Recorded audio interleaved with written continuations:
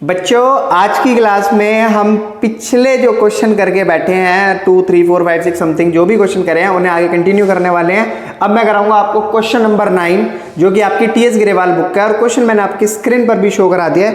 Question में बोला under which main head and sub head of equity and liability part of the balance sheet are following item classified or shown. अब इसमें कुछ items दे रखे हैं, मुझे इनका मेन हेड और सब हेड बताना है। बच्चों बताओ बॉन्ड्स क्या होते हैं? एज ए डिबेंचर को ही हम बॉन्ड्स बोलते हैं। तो जो हमारे बॉन्ड्स हैं और मैं इन्हें कह रहा हूं डिबेंचर्स, तो डिबेंचर किसका पार्ट है? नॉन करंट लायबिलिटी का, ठीक है। तो इसका जो मेन हेड बनेगा वो क्या बनेगा? Non current liability, non current liability, बस यही तो जवाब देना है हमें। और इसका जो सब हेड बनेगा बॉन्ड्स का वो बनेगा लॉन्ग टर्म बोरोइंग्स। तो मैं इसको यहां पर लिख दूंगा लॉन्ग टर्म बोरोइंग्स। तो कुछ ज्यादा मुश्किल नहीं है, मेन हेड और सब हेड। अभी कैसे बताओगे आप लोग? आपको अगर बैलेंस शीट लाना है तो बहुत इजीली बता दोगे। ऐसे ही सेकंड पॉइंट आता है मेरे सामने डिबेंचर। अब देखो यहाँ तो डिबेंचर ही आ गया, तो डिबेंचर वही वाली बात हो गई। इसका मेन हेड होगा नॉन करंट लायबिलिटी और सब हेड हो जाएगा इसका लॉन्ग टर्म बोरोइंग, ठीक है। नेक्स्ट पॉइंट आता है थर्ड पॉइंट, पब्लिक डिपॉजिट। अब पब्लिक डिपॉजिट भी क्या है? एक तरीके के जैसे डिबेंचर्स वगैरह ही क्या है, पब्लिक डिपॉजिट ही तो है। तो ये भी सेम, आपके तो मजे आ रहे हैं, सारी चीजें same same. Non current liabilities और ये हो जाएगा हमारा लॉन्ग टर्म बोरोइंग। सिंपल, कुछ भी मुश्किल नहीं है। फोर्थ पॉइंट आता है हमारा कैपिटल रिडम्पशन रिजर्व। अभी कैपिटल रिडम्पशन रिजर्व जो इन्होंने दे रखा है ये किसका पार्ट है? भाई शेयर होल्डर फंड के अंदर आपने देखा होगा रिजर्व और सरप्लस का एक ऑप्शन आता है, तो बस वही तो है। तो इसका मेन ऐड हो जाएगा शेयर होल्डर्स फंड और इसमें हो जाएगा ये reserve and surplus. Balance sheet बराबर में खोलकर बैठ जाओ, चाहे आप देखोगे आप यही मेन हेड में जो मैं लिखवा रहा हूं वही और सब हेड में जो आ रहा है वही।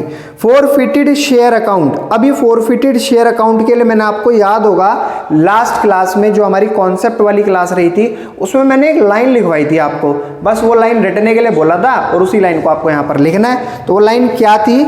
सब्सक्राइब्ड कैपिटल मैंने लिखवाई थी।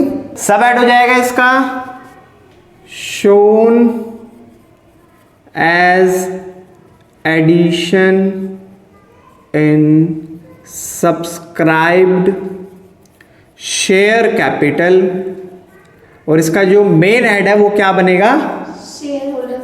Share holders fund. तो ये आपको याद होगा, ये बात मैंने लिखवाई थी, हाँ ठीक है। फिर उसके बाद आता है बच्चों सन्ड्री क्रेडिटर।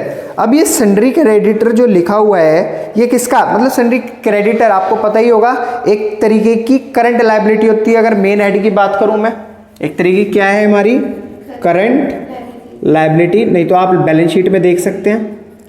और अगर ये करंट लायबिलिटी है तो इसका जो सब हेड है वो क्या बनेगा? Trade payables. आपको याद आ गया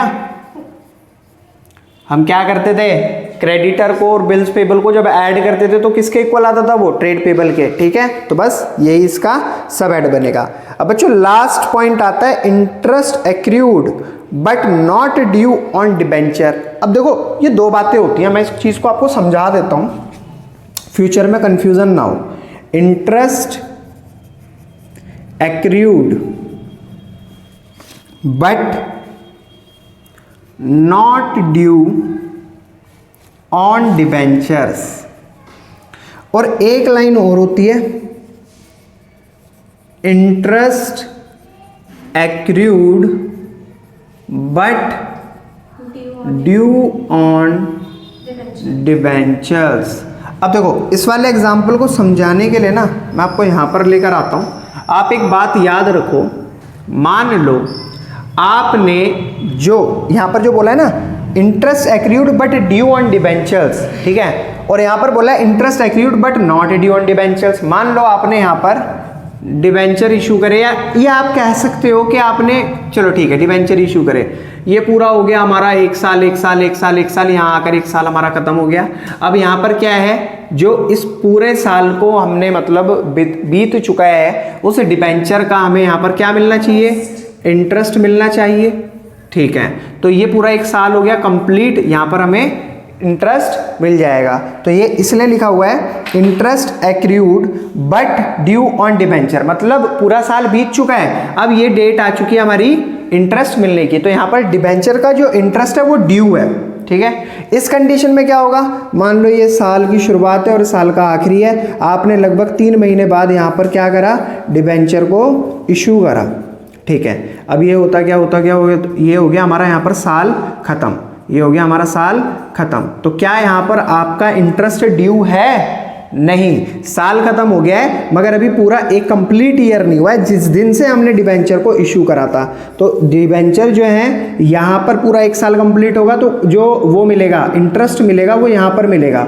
तो इस कंडीशन को हम यहाँ पर, जब साल हमारा खत्म हो गया है, इस कंडीशन में हम ये कहते हैं कि interest accrued but not due on debentures, अभी ड्यू नहीं हुआ है। इस कंडीशन में क्या होता है, साल पूरा कंप्लीट हो जाता है, साल के आखिरी में हमारा इंटरेस्ट ड्यू हो जाता है। तो ठीक है, इस पॉइंट का मतलब मैंने आपको समझा दिया है। अब ये किसका पार्ट है, डिबेंचर की बात आ रही है। अगर इसके मेन हेड की बात करूं तो ये किसका पार्ट हो गया, interest on debenture, current liability, current liabilities.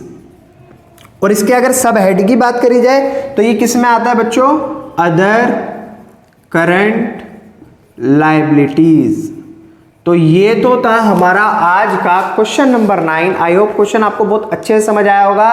Question वाकई समझ आया तो प्लीज वीडियो को लाइक कमेंट शेयर जरूर कीजिएगा।